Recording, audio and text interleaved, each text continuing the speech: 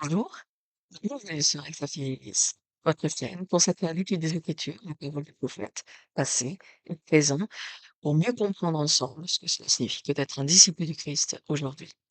Je vous invite à me rejoindre tous les 15 jours pour un ou plusieurs principes tirés des Écritures, et cette saison 2 est consacrée à l'étude de l'Ancien Testament en accompagnement du programme Viens et suis-moi. Je vous invite à tourner les notifications, à partager, à liker, à laisser un commentaire. Voilà, c'est parti. Aquarius, saison 2, épisode 21. Pour cet épisode 31, eh bien, nous allons nous consacrer au dernier chapitre de Samuel et nous allons aussi explorer un roi et deux rois qui sont, comme vous savez, un seul livre. C'est la continuité de l'histoire que nous avons commencé il y a déjà plusieurs mois. Nous suivons le peuple de Dieu alors qu'il se prépare à la venue du Christ. Et on commence au moment où David a réussi à unifier Israël pour la première fois. Derrière lui, son successeur, Salomon, va construire le temple, la réflexion du jardin d'Éden, mais eh bien, après Salomon, eh bien, le peuple d'Israël va se diviser. Dieu va tenter d'éviter la chute d'Israël en envoyant des prophètes, Samuel, dont nous avons déjà parlé, mais aussi Nathan, Élie, Élisée, et Ésaïe aussi, à la fin de notre histoire. Le royaume donc est divisé entre deux, le royaume de Juda au sud, avec Jérusalem, et ses 20 rois, dont 8 simplement sont justes, tous descendants de David, et le royaume d'Israël au nord, avec la Samarie et sa vingtaine de rois, aucun fidèle à leurs alliances. Le royaume du sud, donc le royaume d'Israël, va être pris par ses opposants, et, et ensuite, eh bien, 150 ans plus tard, ce sera le royaume du nord avec l'exil, avec les Assyriens. Et tout cela, eh bien, c'est les conséquences des rois, particulièrement du peuple aussi. Et il y a des thèmes essentiels que l'on peut explorer dans tous ces chapitres. C'est le principe de miracle aussi. Qu'est-ce que cela signifie que d'être pur face à Dieu, le pouvoir de la prière, la repentance particulièrement, bien sûr avec David, et la fin de l'unité au sein du royaume. Alors commençons avec David, alors qu'il vient d'être roi Samuel. On reprend cette histoire à ce moment-là, dans 2 Samuel. Saül, le roi, est mort. David va mener beaucoup de batailles, il aura de grandes victoires. C'est un roi guerrier flamboyant, malheureusement, qui va, eh bien, euh, qui va sombrer, qui va tomber après une grande tentation. Il va justifier son péché et il va commettre des crimes. Il va faire assassiner, en fait, un homme. Dieter F. Uchtdorf, en 2008, avait expliqué: Imaginez que vous deviez décoller d'un aéroport situé à l'équateur avec l'intention de faire le tour du monde, mais que votre trajectoire soit déviée d'un degré seulement. Lorsque vous seriez de nouveau à la même longitude, de combien auriez-vous dévié? De quelques kilomètres? Une centaine de kilomètres? La réponse va peut-être vous surprendre. Une erreur d'un degré seulement vous ferait dévier de près de 800 kilomètres, ce qui équivaut à 1 heure de vol pour un avion en réaction. Et c'est, eh bien, c'est cela dont on doit parler avec David. C'est d'une petite décision à une autre, eh bien, sa destinée, sa vie va dévier entièrement. Et il va faire entrer, en fait, le péché dans sa famille. On en parlera un petit peu plus tard. Alors, eh bien, Dieu va envoyer Nathan, le prophète, pour parler à David, après que David, eh bien, ait convoité d'abord et ensuite ait brisé la loi de chasteté avec les femmes d'un de ses lieutenants, Bathsheba, et qu'il ait fait assassiner cet homme par sa garde privée, dans un grand crime. Eh bien, voilà ce que Nathan lui dit. C'est dans 2 Samuel, chapitre 12, verset 1. L'Éternel envoya Nathan auprès de David. Et Nathan alla le voir et lui dit: Il y avait dans une ville 2 hommes. l'un riche, l'un pauvre. Le riche avait des brebis et des bœufs en très grand nombre. Le pauvre n'avait rien du tout qu'une petite brebis qu'il avait achetée. Il la nourrissait, elle grandissait chez lui avec ses enfants. Il mangeait de son pain, dans sa coupe, dormait contre sa poitrine. Elle était pour lui une fille. Le voyageur est arrivé chez l'homme riche, et le riche n'a pas voulu toucher à ses brebis ou à ses bœufs pour préparer un repas au voyageur qui était venu chez lui. Il a pris les brebis du pauvre et les a prêtées pour l'homme qui était venu chez lui. La colère de David, c'est au verset 5, s'enflamma violemment contre cet homme. Il dit à Nathan, l'Éternel est vivant, l'homme qui a fait cela mérite la mort. Il rendit aux brebis pour avoir commis cette action, pour avoir été sans pitié. Alors juste, on va faire une pause là-dessus parce que c'est une parole extrêmement sage de la part de David. De considérer que cet homme imaginaire dans cette histoire a commis donc une très mauvaise action, puisqu'il voulait en fait la brebis de cet homme qui était très pauvre, alors que lui-même en avait beaucoup et qu'il ne voulait pas finalement sacrifier quoi que ce soit. Donc il a pris pour répondre bien sûr aux besoins des règles de l'hospitalité. Mais il n'a pas pensé en fait aux conséquences. Il n'a pas pensé en fait à comment ça allait, affecter en fait, heu, toucher, l'homme pauvre. Il a été sans pitié. Il n'a pas eu de compassion, il n'a pas pensé à l'autre homme, hein, il n'a pensé qu'à lui, aux règles de l'hospitalité et il s'est, et il a pris ce dont il avait besoin. C'est vraiment une expression très intéressante. Il a été sans pitié. Verset 7, Nathan dit à David, tu es cet homme-là. Ainsi parle l'Éternel, le Dieu d'Israël, je t'ai oint roi d'Israël, je t'ai délivré de la main de Saül. Je t'ai mis en possession de la maison de ton maître. J'ai placé contre ta poitrine les femmes de ton maître. Je t'ai donné la maison d'Israël et de Juda. Et si cela avait été trop peu, j'aurais encore ajouté. Pourquoi donc tu méprisais la parole de l'Éternel en faisant ce qui est mal à ses yeux? Tu as frappé de l'épée Uri, le Héthien, le lieutenant. Tu as pris sa femme pour en faire ta femme, et lui, tu l'as tué par l'épée des fils d'Amon. Et oui, parce que David, bien sûr, n'est pas tué directement. Uri, il demandait en fait à sa garde de le faire. C'est un meurtre, ça ne sert à rien du tout. Verset 1, 11, ainsi parle l'Éternel. Voici, je vais te faire sortir, je vais faire sortir de ta maison le malheur contre toi. Et je vais prendre sous tes yeux tes propres femmes pour les donner à un autre qui couchera avec elles, à la vue de ce soleil. Et effectivement, c'est ce qui va se passer d'ailleurs, hein. Non seulement, eh bien, David a ouvert la porte, en fait, au péché, et on va le voir avec, certains de ses enfants, hein, ça va être une ronde, continuelle, en fait, de malheurs, de mauvaises actions, de méchanceté, de revanche. Enfin, il a vraiment ouvert la porte, en fait, à l'adversaire et l'adversaire, va bien sûr, va rentrer, dans sa maison et puis l'histoire de ces femmes qui vont être données à un autre, effectivement, ça va se passer. Ça va arriver, en fait, à un moment donné. Verset 12, «Quand tu as agi en secret, et moi je ferai cela en présence de tout Israël et au grand jour.» David dit à Nathan: «J'ai péché contre l'Éternel.» Nathan dit à David: «L'Éternel pardonne ton péché, tu ne mourras pas.» Donc il y a beaucoup de choses à dire là-dessus. Mais ce principe, en fait, d'agir en secret m'a beaucoup frappé en relisant, en fait, ces chapitres encore et encore. Parce que tout au long de notre histoire, là, dont nous parlons aujourd'hui, mais depuis quelques mois déjà aussi, il y a ce principe, de comprendre que rien que nous de ce que nous faisons, de ce que nous disons, est un secret pour Dieu. On pense, rappelez-vous d'Adam et Ève qui se sont cachés après avoir, partagé du fruit, défendu. Ils se sont cachés, ils ont eu honte, ils n'ont pas voulu se montrer en fait à Dieu et Dieu sait tout bien sûr.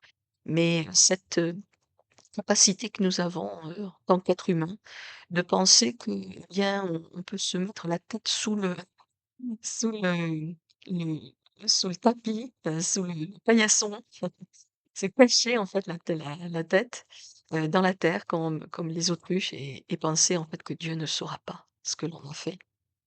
Ça c'est une grande illusion en fait. et c'est une grande vanité aussi.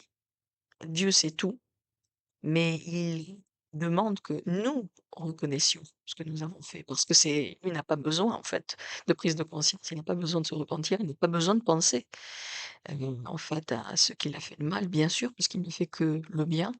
Mais nous devons, en fait, regarder à l'intérieur de notre cœur. Nous devons nous regarder dans le miroir et accepter, de voir ce qui ne va pas dans notre vie. Et ce principe d'agir en secret, je trouve que c'est vraiment un principe, frappant dans cette histoire avec, David qui a tout fait en secret, en fait. Et Dieu, par l'intermédiaire de Nathan, dit: «Non mais moi, je fais tout au grand jour. Tout, tout le monde le saura». Et ta punition et ta perte et doivent être connues, en fait, de d'Israël. Alors David, on doit lui rendre quand même, hein, ce principe, se repent et d'ailleurs il écrira de très beaux, poèmes, de très belles chansons, en fait, concernant justement sa repentance. Il va vraiment, vraiment tomber, hein, dans la peine et dans le regret, on le sait. Les prophètes, nous ont dit qu'il avait perdu beaucoup au passage. On ne sait pas exactement ce qui va se passer aux derniers jours pour lui, mais en tous les cas, il a perdu. Il a perdu des choses, particulièrement en faisant assassiner, bien sûr, Uri, qui était un homme juste. Ça, c'est il y a quand même quelque chose de terrible là-dedans, mais il s'est repenti, profondément. Et Alder, Redlund, en 2022, en mai 2022 donc, a expliqué: «Lorsque nous nous repentons sincèrement, il ne reste aucune cicatrice spirituelle, quoi que nous ayons fait, quelle qu'en soit la gravité et peu importe le nombre de fois que nous l'avons fait. Aussi souvent que nous nous repentons et cherchons le pardon avec une intention réelle, nous pouvons être pardonnés». Quel don remarquable de notre Sauveur Jésus-Christ. Le Saint-Esprit peut nous assurer que nous avons été pardonnés. Lorsque nous ressentons la joie, la paix, la culpabilité est balayée. Nous ne sommes plus tourmentés par notre péché. Alors bien sûr, ça prend du temps. Il y a le, le temps de la repentance, eh bien, est nécessaire pour faire face profondément en fait à la gravité de nos actions, prendre la responsabilité de ces actions, essayer bien de sauver, de réparer ce qui peut l'être et eh bien, laisser le Seigneur guérir notre cœur, le purifier d'abord et le guérir ensuite. Mais il y a des conséquences et une des conséquences, eh bien, c'est la mort du fils de Bathsheba et de David, donc l'enfant qui est né de leur, relation, heu, non maritale. Cet enfant, eh bien, il va mourir comme Nathan l'avait énoncé. Il avait énoncé le fait que cet enfant, eh bien, n'allait pas survivre, il allait mourir et c'est vraiment l'énoncé des faits. Alors pourquoi est-ce que cet enfant est mort? On ne sait pas. Est-ce qu'il était trop faible physiquement? On ne sait pas, mais enfin, en tous les cas, heu, la désunion et le péché sont dans la famille de David.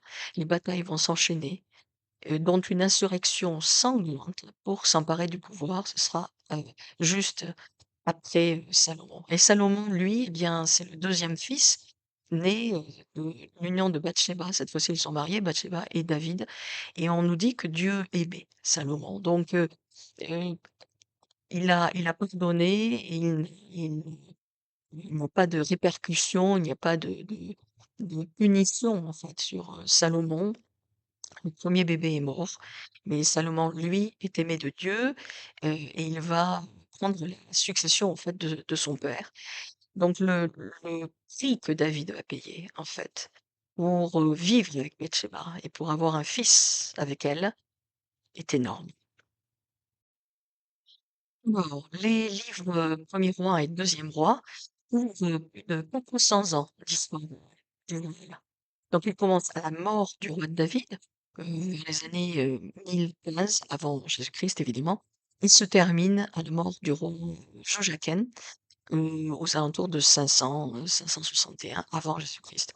Et ces livres en fait ont donc un contenu historique, très riche, doctrinal aussi très riche, qui va fournir le contexte de la plus grande partie, de l'Ancien Testament. Donc David est mort, le grand David et son fils Salomon va être, oint, nouveau roi de, Israël, une fois encore, pour la première fois, uni derrière son roi. Et on va se tourner vers 1er Roi, chapitre 3, verset 5, et voilà ce qu'on peut lire. À Gabaon, l'Éternel apparut en songe à Salomon pendant la nuit, et Dieu lui dit: «Demande ce que tu veux, et je te donne.» Salomon répondit: «Tu as traité avec une grande bienveillance ton seigneur David, mon père, parce qu'il marchait en ta présence dans la fidélité, dans la justice et dans la droiture de cœur envers toi. Tu lui as conservé cette grande bienveillance et tu lui as donné un fils qui est assis sur son trône, comme on le voit aujourd'hui. Maintenant, Éternel, mon Dieu, tu as fait régner ton serviteur à la place de David, mon père, et moi, je ne suis qu'un jeune homme, je n'ai pas d'expérience. Accorde donc à ton serviteur un cœur intelligent pour juger ton peuple, pour discerner le bien du mal, car qui pourrait juger ton peuple, ce peuple si nombreux?» Et on nous dit, verset 10, cette demande de Salomon plutôt Seigneur. La question qu'on peut se poser, eh bien, c'est si le Seigneur me demandait aujourd'hui, lui demandait aujourd'hui, demande, demande ce que tu veux et je te le donne, comme on vient de le lire, comme il l'a fait en fait à Salomon. Qu'est-ce que l'on me demanderait? Qu'est-ce que l'on, qu'est-ce que l'on voudrait? Euh, et les réponses de Salomon, pour un très jeune homme qui vient d'accéder en fait au trône, a été prendre la place de son père, David, qui était vraiment un monument, eh bien, est vraiment remarquable, en fait. David maintenant, en 2022, aussi en novembre 2022, a dit: «Chacun de nous doit évaluer sincèrement ses priorités temporelles et spirituelles à l'aide de la prière, afin d'identifier ce qui, dans notre vie, peut bloquer les bénédictions abondantes que notre Père céleste et le Sauveur sont disposés à nous accorder. Le Saint-Esprit nous aidera sûrement à nous voir tels que nous sommes réellement.» Alors Salomon va diriger son royaume avec une grande sagesse. On le sait, tout le monde va venir, lui demander conseil, on verra un petit peu plus tard, même des personnes, d'autres pays vont venir. Enfin sa réputation d'homme sage va vraiment, vraiment, eh bien, s'étendre, mmh, très, très loin. Mais il y a une première faille et cette première faille là, elle arrive très rapidement. On va lire au chapitre 3 de 1er Roi, verset 3. Salomon aimait l'Éternel et suivait les coutumes de David, son père. Seulement, c'était dans les hauts lieux qu'il offrait des sacrifices et de l'encens. Le roi se rendit à Gabaon pour y offrir des sacrifices, car c'était le principal des hauts lieux. Salomon offrit 1000 holocaustes sur l'autel. Alors, ces hauts lieux en question, de quoi s'agit-il? Ces hauts lieux, eh bien, c'était des endroits où un culte idolâtre avait lieu. C'était un endroit, on va dire, traditionnel, le culte des idoles. Certainement un endroit où des actes impies étaient commis, hein, comme les sacrifices d'enfants, l'immoralité sexuelle. Et le problème de Salomon, dès le début, en fait, même si c'est un homme sage, de l'esprit, eh bien, c'est qu'il ne va pas éliminer non seulement ces hauts lieux, mais du coup, les pratiques impies qui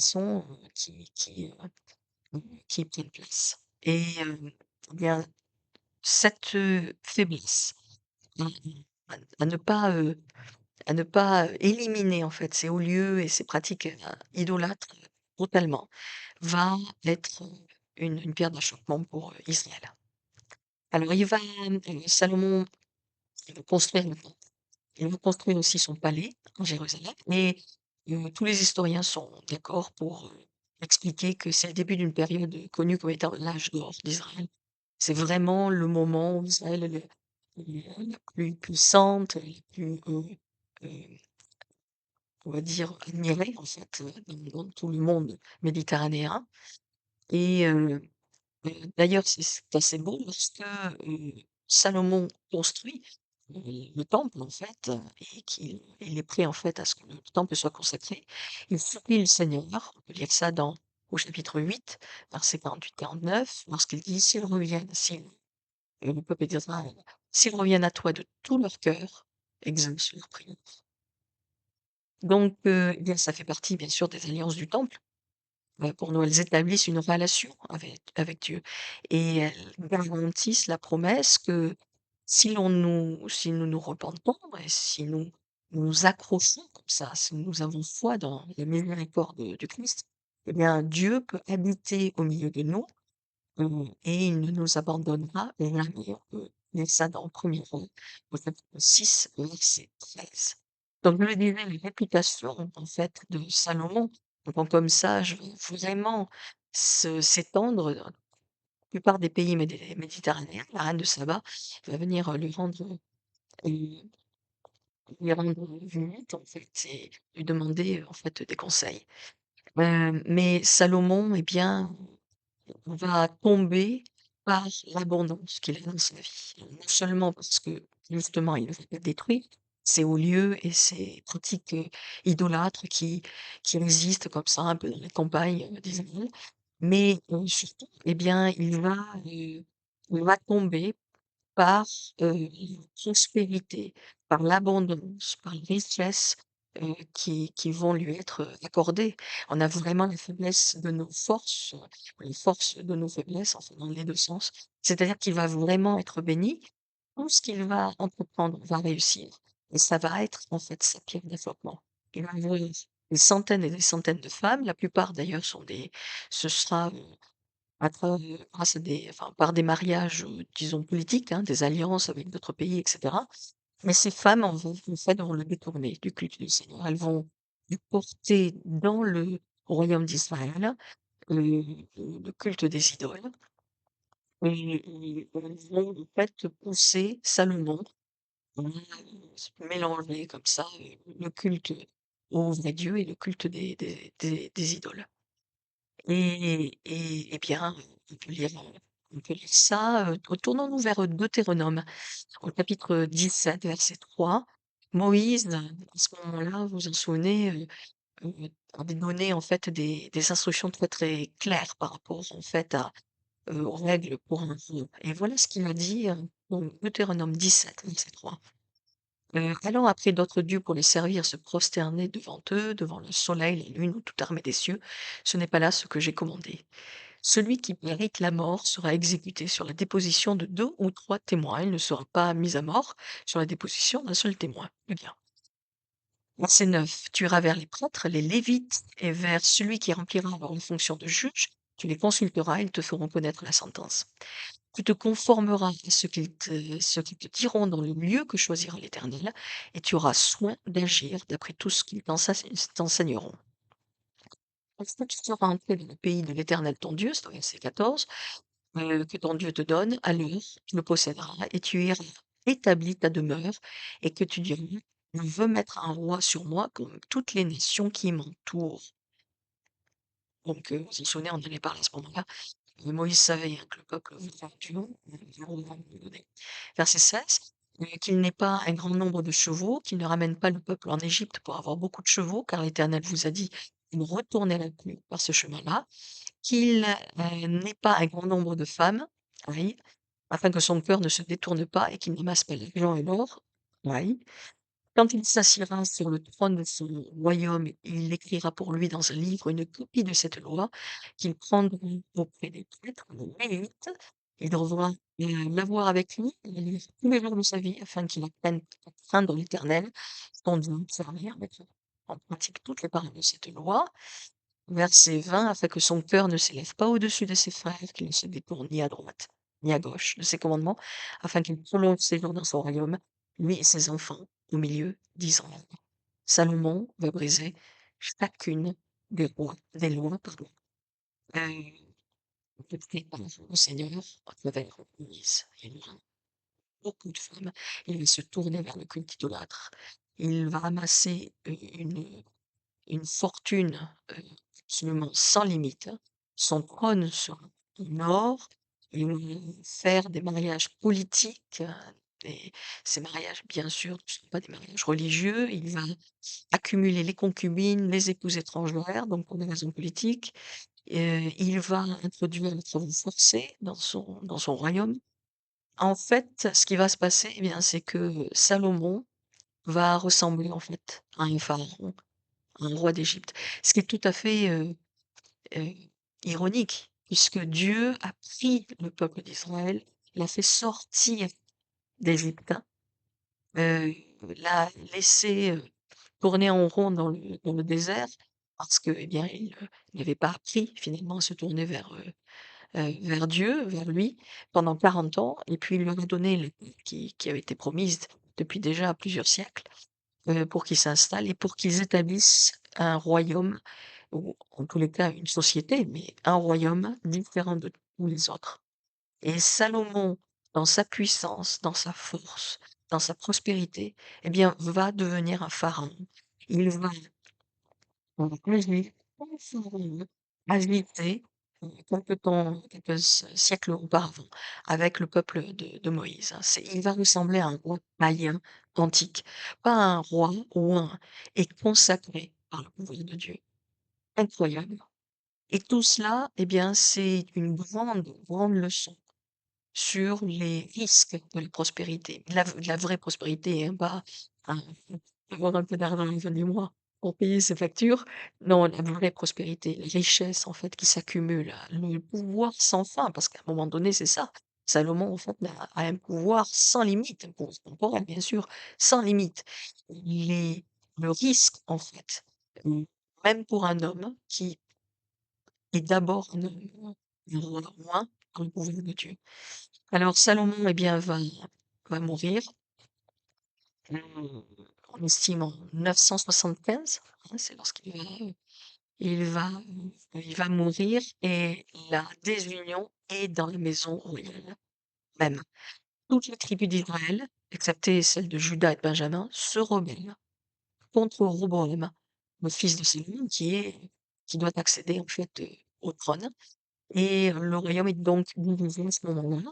Jéroboam devient le souverain du royaume de Nord, également connu sous le nom d'Israël, et Roboam, donc le fils de Salomon, va régner sur le royaume du Sud, connu sous le nom de Juda.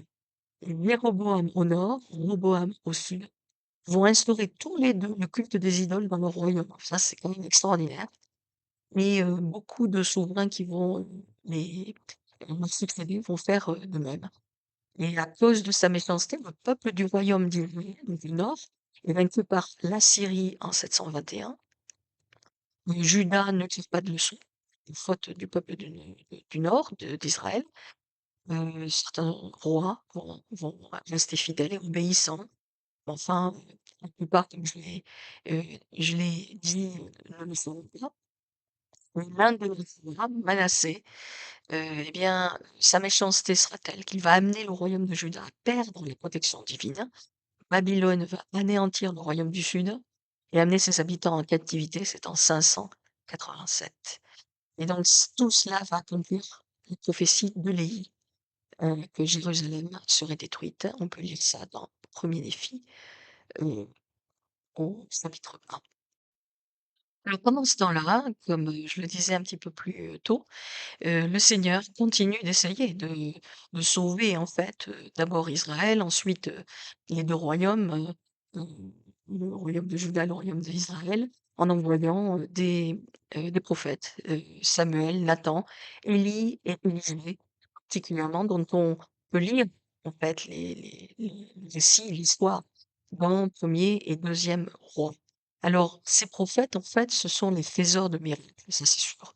Mais ce sont surtout, en fait, ceux qui gardent les alliances, qui sont ceux qui protègent l'alliance entre le peuple d'Israël, ses rois et Dieu. Donc ils sont là pour dénoncer l'idolâtrie, ils appellent à la repentance, ils rappellent constamment à Israël, sa mission, être une lumière pour l'humanité et lorsque les rois ou le peuple, en fait, ne font pas ce qui est juste, eh bien, les prophètes, arrivent. Mais il y en a, de nombreux, en fait, il y en a beaucoup. On ne se souvient finalement que de certains d'entre eux, mais il y en a beaucoup, en fait, à ce moment-là de l'histoire, qui sont envoyés par Dieu pour vraiment appeler à la repentance et à une grande compassion en fait, miséricorde de la part du Seigneur qui veut vraiment sauver son peuple. Alors, Élie et Élisée, dont on va parler maintenant particulièrement, eh bien, sont vraiment, des faiseurs de miracles. Heu, Élie, en fait, il y a 7 miracles qui sont, que l'on peut retrouver, en fait, dans le premier roi, 7 grands miracles. Élisée, lui, il y en a, 14. Ces 2 prophètes, vivent dans le royaume d'Israël, donc au nord, au moment où et Salomon, lorsque Israël est divisé en 2 royaumes, il les tous les 2 à une époque de méchanceté et d'idolâtrie, généralisée, on va dire. Tous ces miracles qui sont rapportés dans particulièrement dans le 2e livre de Rois, sont des exemples marquants du pouvoir, du Seigneur. Par exemple, le prophète Élie a utilisé le pouvoir de Dieu pour empêcher la pluie de tomber, entraînant des années de sécheresse et de famine. Le Seigneur a pourvu à ses besoins en lui commandant de se cacher près des ruisseaux où des corbeaux l'ont nourri. Ensuite, il est allé à Sarepta, où une veuve l'a nourri. Et dans tous les récits, en fait, eh bien, Élie représente symboliquement Jésus-Christ. Il a séparé les eaux du Jourdain, comme Moïse l'avait fait plusieurs siècles auparavant. Et finalement, eh bien, il a terminé sa vie enlevé au ciel dans un tas de feu devant les yeux de son successeur, Élisée. Alors Élisée, lui aussi, va séparer les eaux du Jourdain, il va ressusciter des morts, il va ordonner à Naaman, vous vous en souvenez, ce commandant syrien de se laver, qui avait la lèpre, de se laver 7 fois dans le Jourdain. Il fait flotter une hache, il prophétise une famine qui dure 7 ans. Mais il y a un passage de manteau, en fait, qui est très intéressant, en fait. Au moment où Élie est prêt, en fait, à être enlevé au ciel dans un chariot de feu, il y a un passage de manteau. Alors, on parle de manteau aujourd'hui pour désigner l'appel ou l'autorité, les devoirs d'un dirigeant de l'entreprise. Euh, le prophète reçoit aussi une dotation spirituelle spéciale qui fait partie de son manteau à lui. À notre époque, lorsque le nouveau prophète est soutenu, comme on l'a fait il y a très peu de temps pour le président Cox, eh bien, les membres de l'Église témoignent que le manteau de l'autorité est descendu sur lui. Il y a un changement. Je me souviens des prophètes, des apôtres, pardon, plusieurs d'entre eux qui ont témoigné en fait à quel point le président Cox, bien, il y avait avant et après. Lorsqu'il est devenu prophète, quelque chose en fait qui s'est établi sur ses épaules. On peut imaginer quelque chose de très lourd, évidemment. Et donc, c'est une vérité, hein, c'est le Seigneur donne l'autorité, le pouvoir aux personnes qui le portent. Alors on va se tourner vers 2 Rois, chapitre 2, verset 11. Voilà ce que l'on peut lire. Comme il continuait à marcher en parlant, voici un char de feu et des fourneaux de feu les séparèrent l'un de l'autre et il monta au ciel dans un tourbillon. Alors c'est une fin de mission. Combien absolument épique. Élie a passé sa vie de prophète à faire des miracles très spectaculaires et même sa mort qui est enlevée exactement, il est mort, il ne meurt pas, eh bien, est particulièrement, cinématographique, hein, dans un tourbillon, un chariot de feu, enfin, c'est extraordinaire. Élisée regardait et criait: mon père, char d'Israël et sa cavalerie. Et il ne le vit plus. Saisissant alors ses vêtements, il les déchira en 2 morceaux. Il ramassa le manteau qu'Élie avait laissé tomber. Et il se tourna et s'arrêta au bord du Jourdain. Il prit le manteau qu'Élie avait laissé tomber, il en frappa les eaux et dit: Où est l'Éternel, le Dieu d'Élie? Lorsqu'il part, il frappa les eaux, elles se partagèrent aussi, ça et là, et Élisée massa. Bien sûr, le pouvoir n'est pas dans le manteau, hein. Il n'y a pas de magie, hein, ça n'est pas un conte de fées. Le manteau, c'est un manteau, hein, il est fait de tissu. Mais ce qu'il représente est le pouvoir de cet appel qui est donné en fait à Élisée à ce moment-là, par le pouvoir de Patrice, bien sûr. C'est cela d'où vient le pouvoir. Bien sûr, de partager ses eaux. Verset 15, les filles des prophètes, oui, il y en avait beaucoup, hein, comme je disais à l'époque, qui étaient à Jéricho, l'ayant vu d'en face, on peut imaginer des hommes, il y a la prêtrise, enfin, évidemment, et qui servaient. comme des missionnaires peut-être, on ne sait pas trop. L'ayant vu d'en face, dit: «L'esprit d'Élie repose sur Élisée». Ils allèrent à sa rencontre, se prosternèrent à terre. Et voilà. Donc ils le reconnaissent en fait, qu'il a le pouvoir de Dieu à ce moment-là et ils peuvent peut-être, percevoir spirituellement en fait, qu'il a été appelé par Dieu. Alors un miracle, parce que là on vient d'en voir un, hein, c'est les eaux du Jourdain qui sont, râpées, qui se partagent comme ça. C'est un miracle. Il y en a d'autres, dont que l'on peut lire en fait dans 1er de Rois. Alors qu'est-ce que c'est qu'un miracle? Et d'abord la question qu'on peut se poser, c'est: «Quel miracle est-ce que moi je désire aujourd'hui dans ma vie?» C'est une question vraiment très importante. Qu'est-ce que je voudrais, vouloir changer dans ma vie par le pouvoir du Seigneur? Heu, ce principe de miracle en fait. Alors, titre de Christophe C. en 2018 a expliqué: «Aujourd'hui, Élie pourrait dire: "Soit Dieu, notre Père céleste existe, soit il n'existe pas, mais s'il existe, adorez-le. Soit Jésus-Christ est le Fils de Dieu, le Rédempteur ressuscité de l'humanité, soit il ne l'est pas, mais s'il l'est, suivez-le." Et il fait référence bien sûr à certains passages de 2e, de Rois. Pour demeurer ferme et constant dans la foi du Christ, il faut que l'évangile de Jésus-Christ pénètre en notre cœur et en notre âme. C'est-à-dire que l'évangile ne devienne pas simplement l'une des nombreuses influences dans notre vie, mais l'épicentre de ce qui définit notre vie et notre personnalité. Parce que tout au long de ces histoires, en fait, que l'on peut lire dans 1er et 2e roi, dans tous ces miracles qui sont opérés par Élisée, Élie d'abord, Élisée ensuite, eh bien, le fil conducteur, c'est que Heu, toutes ces histoires doivent nous ramener en fait au Christ, doivent ouvrir notre cœur à l'espérance et à la foi du Christ. Un miracle, ça n'est rien d'autre que enfin ça n'est rien d'autre, mais ça a pour but en fait de nous ramener, de nous faire approcher, de de de nous permettre d'approcher la divinité. De nous rapprocher en fait de Dieu. Ça n'a pas d'autre, but finalement. Ça peut sauver notre vie, ça peut, nous apprendre, nous enseigner de très grandes leçons, enfin, ça devrait de toute façon à chaque fois, heu, et nous donner en fait une mission de vie, hein. Je pense évidemment à Joseph Smith, mais beaucoup d'autres. Mais le but principal, eh bien, c'est que, le miracle doit nous rapprocher du Christ.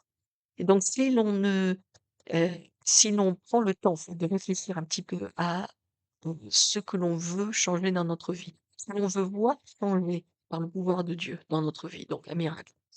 Je pense qu'il est nécessaire aussi de se poser la question de, d'abord, est-ce que je fais preuve de foi dans le Christ?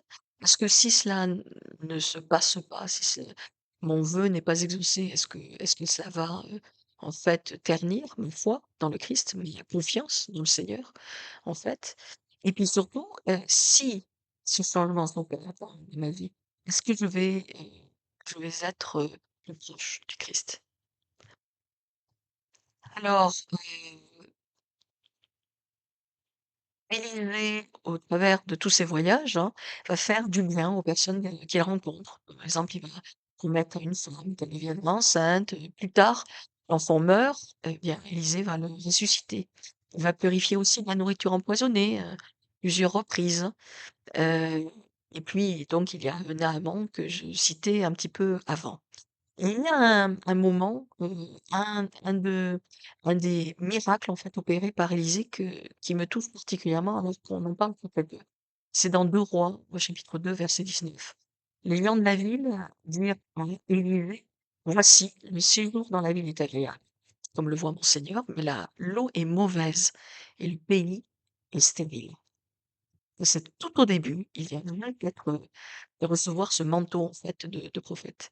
Verset 20, Élisée donc dit: «Apportez-moi un plat neuf, mais mettez-y du sel». Il lui apporta. Verset 21, il alla vers la source, il jeta du sel et il dit: «Ainsi parle l'Éternel, j'assainis cette eau, il n'en proviendra plus ni mort, ni stérilité». Verset 22, et l'eau fut assainie jusqu'à ce jour, selon les paroles qu'Élisée avait prononcées. Donc Ce qui se passe, eh bien, c'est que les eaux de la rivière, hein, à Jéricho ne sont pas potables. Élisée les assainit pour que le peuple, eh bien, non seulement puisse, sauver de la mort, mais aussi de la famine, hein, qui fait rage à ce moment-là. Et je suis très touchée, en fait, par ce premier miracle que réellement Élisée a accompli pour sauver, en fait, la vie de ce peuple et que cela soit de purifier, en fait, de l'eau. C'est vraiment il y a une image du Christ, en fait, du symbole du Christ et de ses enseignements. Parce que lui-même a dit que l'eau, évidemment, est indispensable à la vie physique, hein, heu, comme le Sauveur et ses enseignements, mais le Christ a enseigné qu'il était l'eau vive, l'eau qui permet, en fait, de donner de la force et de la vie à notre corps. Et il y a beaucoup d'écritures, en fait, qui font référence, en fait, à cette eau vive que l'on doit puiser avec joie. C'est dans Isaïe, heu, il nous explique effectivement le Christ sera une source d'eau vive. Dans Jean, le Christ lui-même dit, «Je suis celui qui boira de cette eau, hein, que je lui donnerai, n'aura jamais plus soif». Il y a aussi dans Premier Néfi cette histoire dans le rêve de Léhi, cette barre de fer qui conduit à la source d'eau vive. Et dans Doctrine et Alliance, le Seigneur nous encourage en fait à prendre gratuitement de l'eau de cette vie, de l'eau de vie. Les commandements sont la source d'eau vive. Donc, le 1er grand miracle, en fait, d'Élisée le prophète, c'est de donner de la vie, en fait, à ce peuple qui était en train de dans cette ville, hein, qui était en train de mourir, hein. Mmh, et puis surtout, leur donner cette image extraordinaire, essentielle, que par le pouvoir de la prêtrise, non seulement nous pouvons être sauvés, mais nous pouvons être rendus vivants, profondément vivants. Et c'est ce message que le Christ va enseigner, heu, plusieurs siècles plus tard, en fait, encore et encore qu'il était la source d'eau vive. Alors il y a un petit,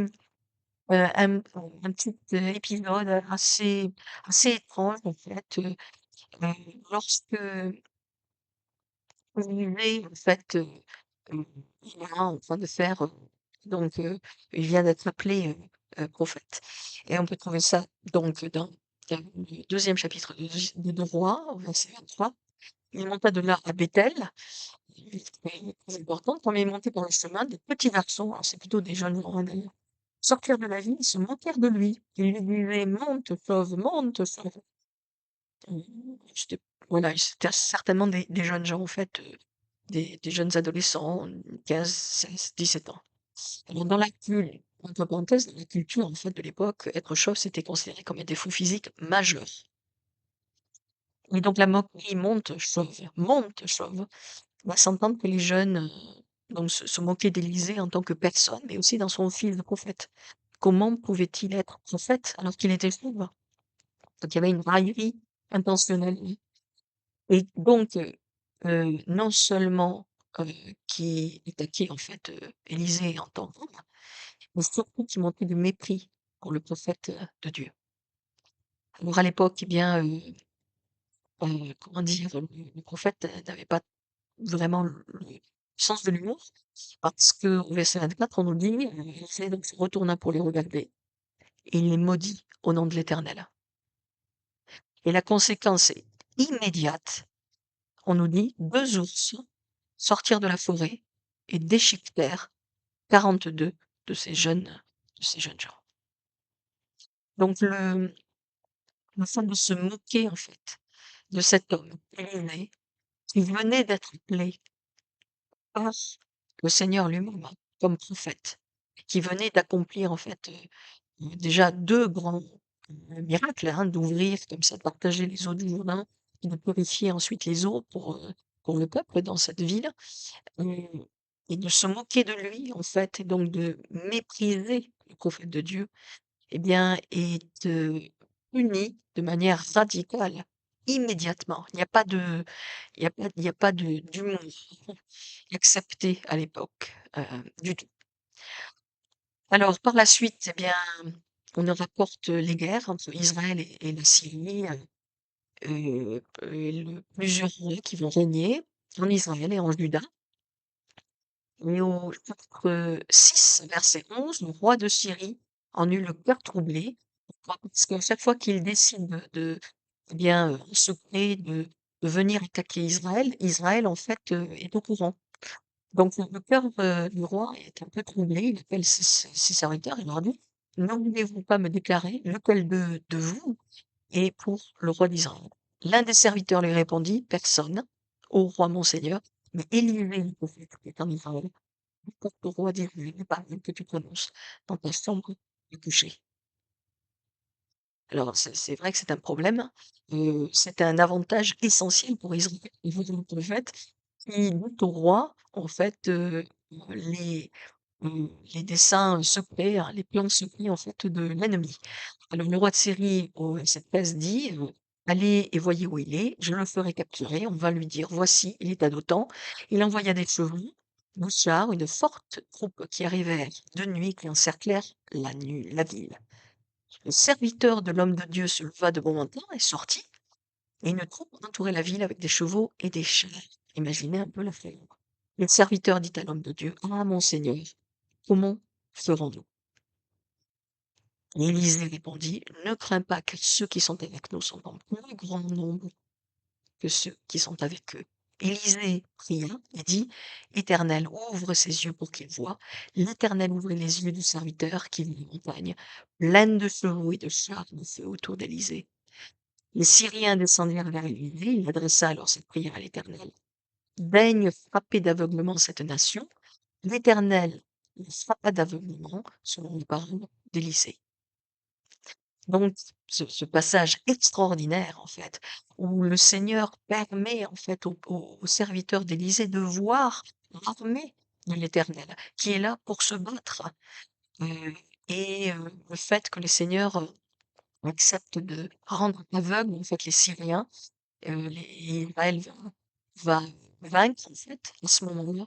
C'est une leçon incroyable, une fois encore pour Israël et pour nous, que l'Éternel, eh bien, est là pour vaincre à notre place. Quelles que soient les batailles de notre vie, le Seigneur est là et il se bat pour nous. Il se bat même à notre place, si on le laisse faire. C'est encore une fois la même leçon qui est donnée, au peuple d'Israël. Est-ce qu'ils vont écouter?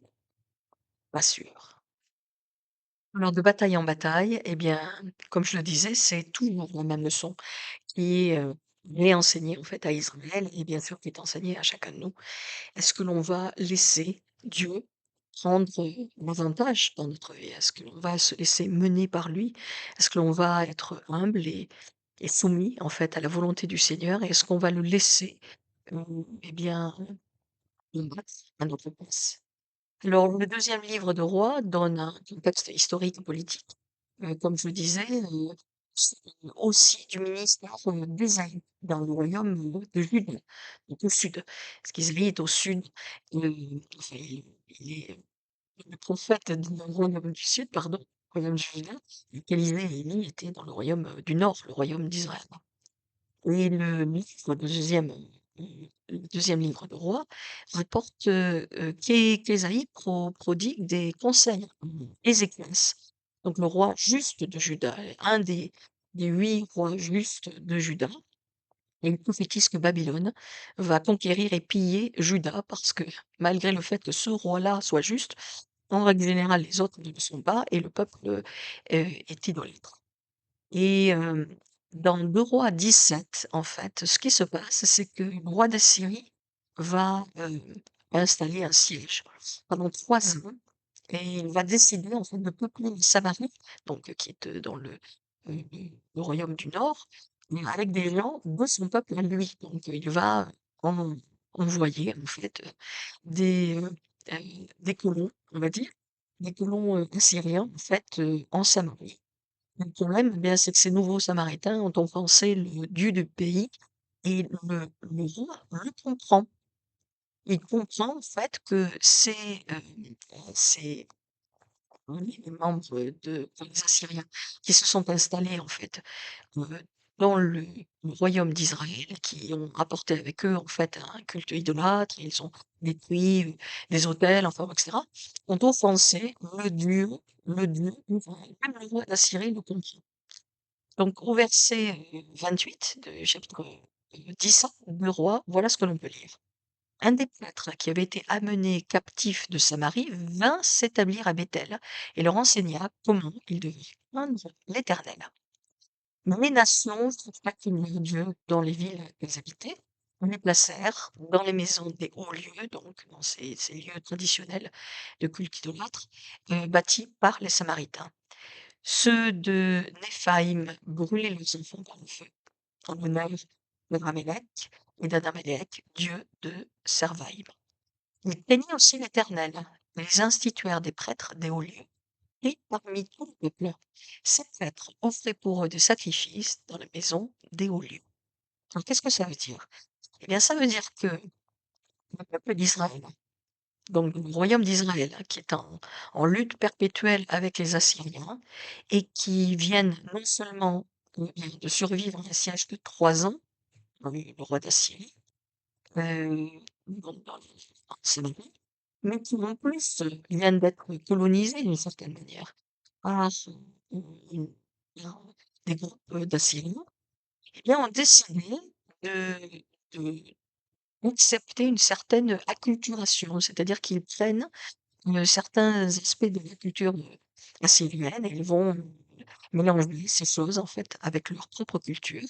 Et ils vont mettre en place ce qu'on appelle un syncrétisme religieux. Syncrétisme, ça veut dire quoi? Ça veut dire qu'en fait, eh bien, il y a deux religions qui vont se mélanger. Et donc, ces Samaritains vont mélanger en fait le culte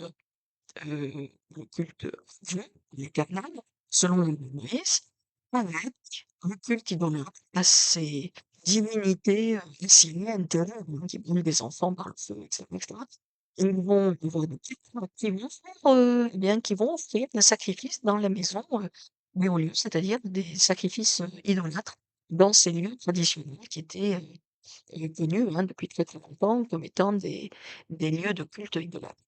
Donc ce syncrétisme religieux, en fait, que les Samaritains vont mettre, on peut passer entre parenthèses, c'est une des raisons pour lesquelles les Juifs, jusqu'à aujourd'hui, en fait, haïssent en fait les Samaritains pour ce syncrétisme religieux, cette espèce de mélange entre les cultes idolâtres assyriens à l'époque hein, et le culte de l'Éternel. Et ils sont haïs par les Israélites, hein, par le peuple d'Israël, ça c'est sûr. Mais enfin, ils sont haïs encore peut-être plus par l'Éternel lui-même, qui a expliqué que ça n'était absolument pas acceptable. Que c'était ou l'un ou l'autre, à la limite, mais que l'on ne pouvait pas, comme ça, pervertir le culte de l'Éternel, selon les lois établies par les patriarches, particulièrement ensuite par Moïse, avec des cultes comme ça. Et je trouve que là, il y a une leçon, encore une fois, mais très, très importante pour nous aujourd'hui.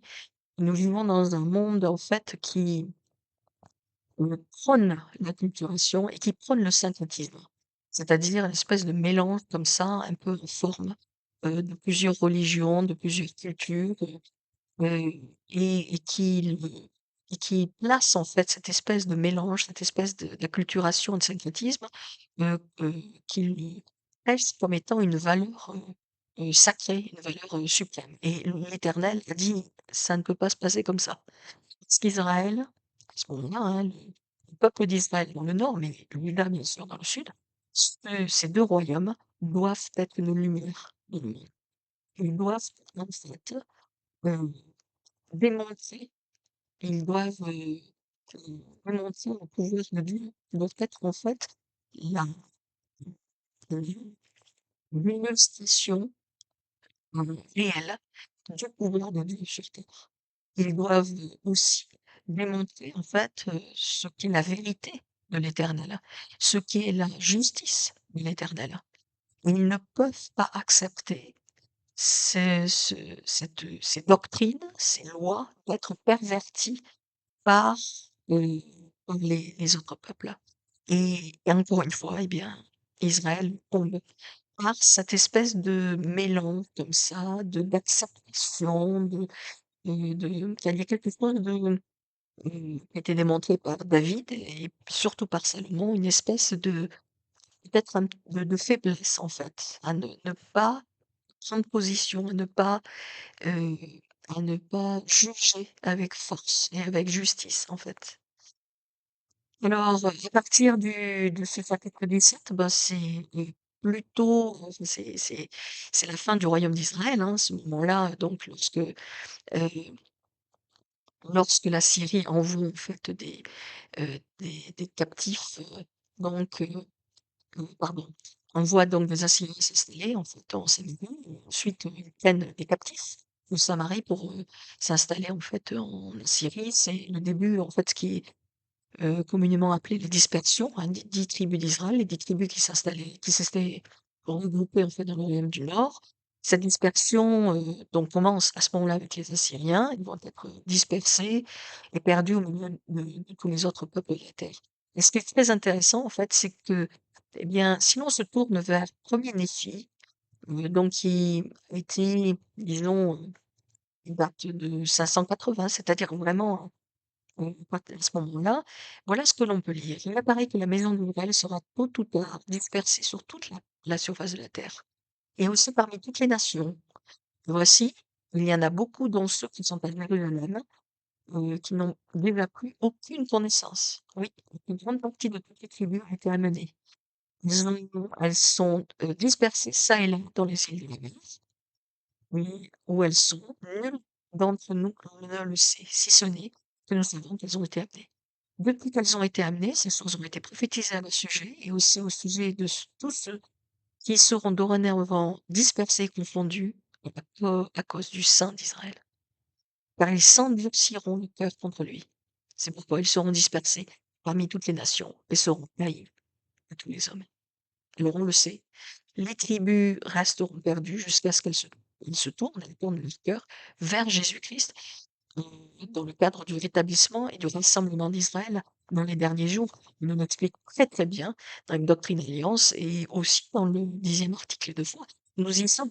C'est-à-dire que ce qui est en train de se passer à ce moment-là de notre histoire, donc lorsque la Syrie est en train, de prendre, de disperser en fait les 10 tribus d'Israël du royaume, du Nord et heu, colonise en fait donc le royaume du Nord, et bien cette dispersion qui est en train de se passer, elle a, on va dire, mmh, s'est terminée au moment où l'Église de Jésus-Christ a été rétablie dans les derniers jours avec Joseph Smith. Donc nous sommes, en fait, aujourd'hui, nous sommes dans le temps où l'histoire, finalement, est en train, eh bien, d'être bouclée. Ça y est, les Israéliens, les tribus du Nord particulièrement, sont en train de revenir en fait au Christ. Elles sont en train de revenir dans le on le sait, hein, depuis 1948 lorsque, le royaume d'Israël, a été organisé, avec, les Britanniques. Eh bien, ça y est, ils viennent de revenir dans leur terre, ils viennent de retrouver en fait l'Évangile, alors plus ou moins, hein, beaucoup qui ne sont pas convertis encore au Christ, mais l'histoire est en train d'être bouclée là, ça y est. C'est-à-dire, 2 500 ans, un petit peu plus, 2 600 ans, après coup, ça y est, l'histoire est en train d'être bouclée. Il y a quelque chose de très beau en fait, pour nous qui nous trouvons aujourd'hui en 2026, de regarder en fait ce qui est en train de se passer à ce moment-là de l'histoire, en 2e roi chapitre 17 et de se dire: «Eh bien ça y est, l'histoire est en train de se terminer». Voilà, ils ont erré, dispersés parmi tous les peuples du monde, dans les îles, du Pacifique, hein, dans les îles de la mer, comme, on nous dit dans le premier Néfi, pendant plus de 26-27 siècles et ça y est, eh bien, nous sommes les témoins, en fait, que les prophéties, que les promesses faites par le Seigneur, eh bien, sont toujours accomplies. Et nous sommes là pour, eh bien, rassembler les 10 tribus, plus Judas et Benjamin, qui, à ce moment-là de notre histoire, sont encore dans le royaume du feu, avec Jérusalem. et il regarde ce qui se passe de l'autre côté, donc de la frontière, dans le royaume du Nord, et il voit, en fait, eh bien, les autres tribus, les 10 tribus, en train d'être dispersées, vaincues, assommées par, la Syrie. Et Juda se dit: «Eh bien, peut-être, eh bien, peut-être rien du tout, parce qu'ils ne vont pas apprendre, ils vont pas, prendre, recevoir la leçon, en fait, qui est nécessaire puisque, comme encore une fois, comme je le disais, 150 ans plus tard, ils seront, battus et menés en exil par Babylone, le nouveau grand adversaire, en fait, d'Israël à ce moment-là. Alors, qu'est-ce que tous ces chapitres nous apprennent, hein, 1er et 2e roi? Beaucoup de choses, hein. Une des grandes leçons, eh bien, c'est que, les fautes de ces rois qui se succèdent, que ce soit dans le royaume de Juda ou le royaume d'Israël, et qui ne font pas le ménage, finalement, ni dans leur maison personnelle, ni dans la maison de leur peuple, eh bien, ces rois, eh bien, ils n'éliminent pas les influences impies, de leur vie et de leur royaume. Et ils mettent, en fait, non seulement leur propre famille, mais le peuple ils ont été, appelés à diriger en danger spirituel. C'est la grande leçon, en fait, de 1er et 2e roi, le pouvoir concentré comme ça sur un seul homme, eh bien, ne fonctionne pas très, très bien pour eux, ça c'est certain. Heu et puis, surtout, eh bien, ces rois ne suivent pas vraiment le pouvoir, les règles, les lois de Dieu, et ils sont en danger spirituel, et eh bien, leur faiblesse va amener les 2 royaumes à tomber. 150 ans de distance, mais les 2 royaumes vont être vaincus, en fait, par les Assyriens et les Babyloniens, et eh bien, Israël va sombrer. Et tous les livres qui suivent, les 2e défi, jusqu'à, fin, avec, Malachie, tous les livres, en fait, c'est plus ou moins l'histoire de ce qui va se passer, au moment où Juda va tomber par, Babylone. Voilà, il va y a c'est-à-dire qu'on arrive presque au bout, en fait, de l'histoire de l'Ancien Testament. Presque. Il y a très peu de temps qui reste. Tous les autres livres, en fait, ça n'est qu'une histoire, l'histoire, répétée, où l'angle est un petit peu différent, disons, de ce qui se passe alors que Israël, le royaume d'Israël vient de tomber, et que bientôt, eh bien, le royaume de Juda va tomber. Avec particulièrement, les histoires de Daniel, par exemple, ou Esther, côté, du temps, en fait, des Babyloniens. Donc, je voulais terminer en fait là-dessus, sur, ces leçons extraordinaires en fait que l'on retrouve dans le 1er et 2e livre. Heu, Ça fait beaucoup de chapitres, hein, à la fois, et puis l'histoire est assez dense quand même avec, ouais, c'est 400-500 ans en fait comme ça d'histoires qui sont balayées, mais il y a vraiment un fil conducteur. Et le fil conducteur, c'est le Seigneur, il a fait des promesses, et ces promesses seront accomplies, quoi qu'il se passe. Mais cela va prendre du temps parce que le peuple s'endurcit le cœur, et n'embrasse pas, en fait, n'accepte pas, ne se lie pas à la cause du saint d'Israël, comme on nous dit. Et donc, ils sont dispersés. Voilà. Je vous laisse, là-dessus. Je vous souhaite, une très bonne journée. Je vous souhaite aussi, un bon 14 juillet, puisque c'est la semaine prochaine. Et voilà, je vous retrouve dans 15 jours, pour la suite de nos aventures. À bientôt.